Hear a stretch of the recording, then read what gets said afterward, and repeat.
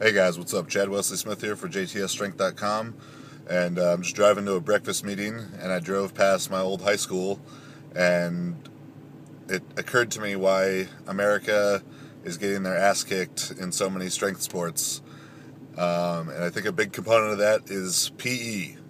So I just drove past maybe 50 or 60 kids going out for a jog, and I couldn't think of a less, besides just sitting on your ass, a less effective means of physical education. And I think if you were to look at, Soviet Union, back in the day, or currently Russia, China, Eastern Bloc countries that are really, dominating America in Olympic lifting, most of the throwing events,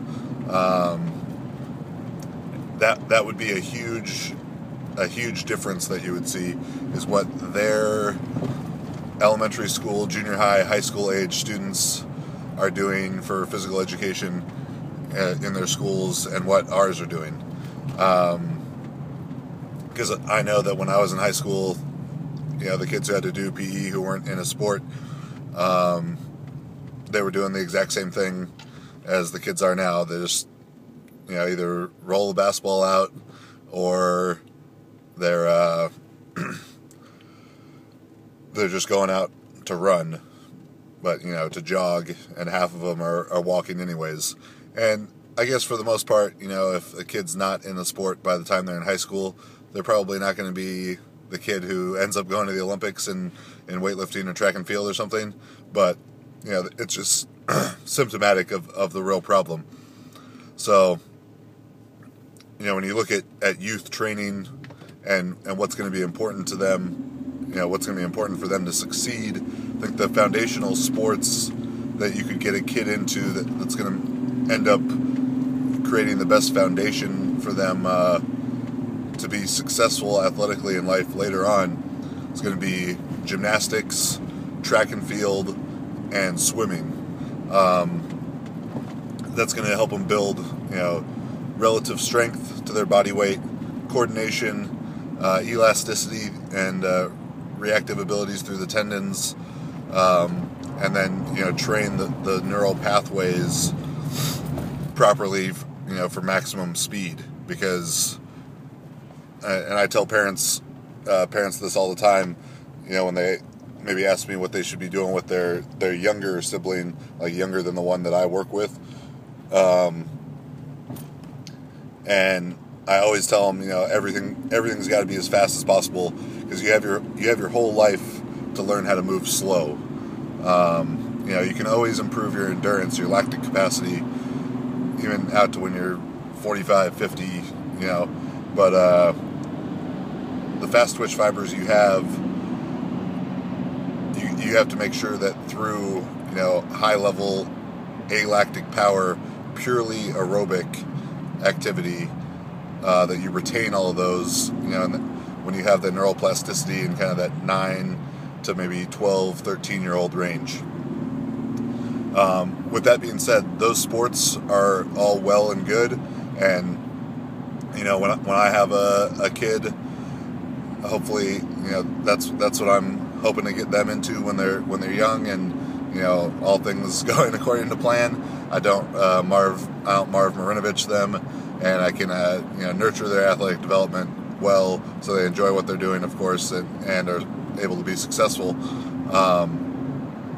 But I don't think the appropriate thing either is just throwing your kid into a gymnastics class or into a club track and field situation, or whatever it may be.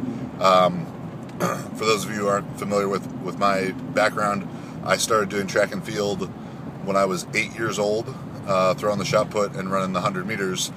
And I think that was a tremendously, the running part particularly, tremendously impactful on my athletic success through high school and college, and now as an adult.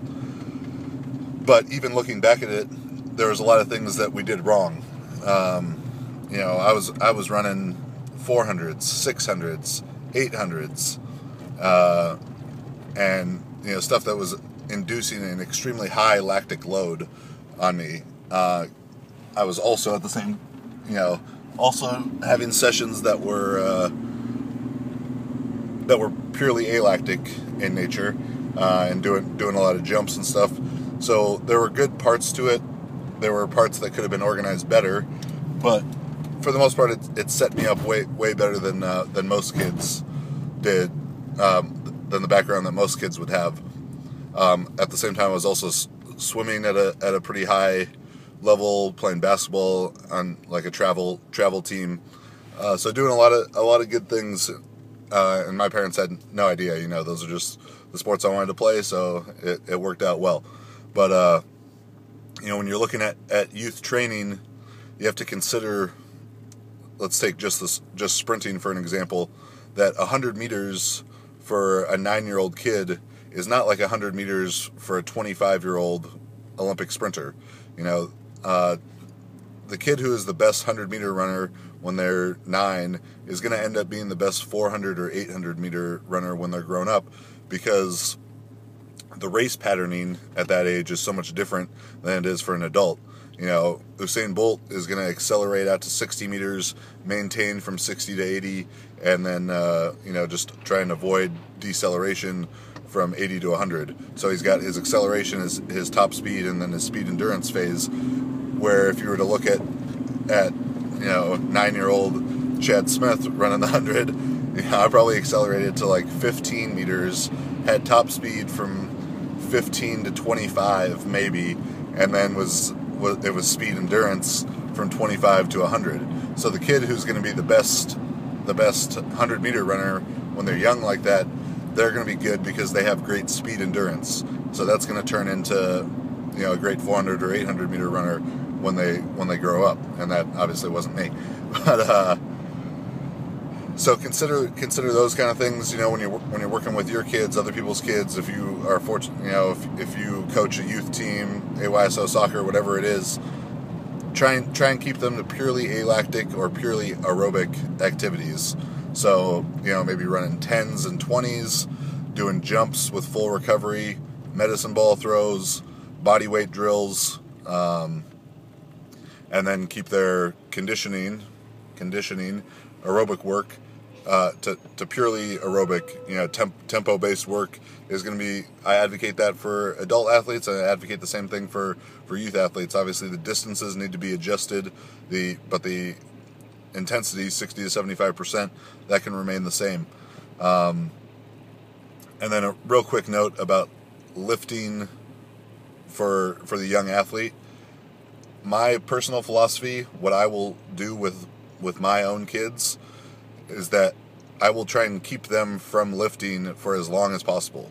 If you can still make gains, if you have a kid who's still improving their abilities through sprinting, jumping, medicine ball throws, push-ups, pull-ups, body weight lunges, back raises, and that kind of stuff, why introduce a barbell to that? Why introduce external load to that?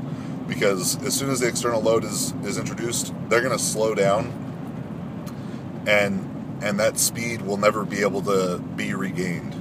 So keep it to the body weight drills as long as you can. All right, thanks. Bye.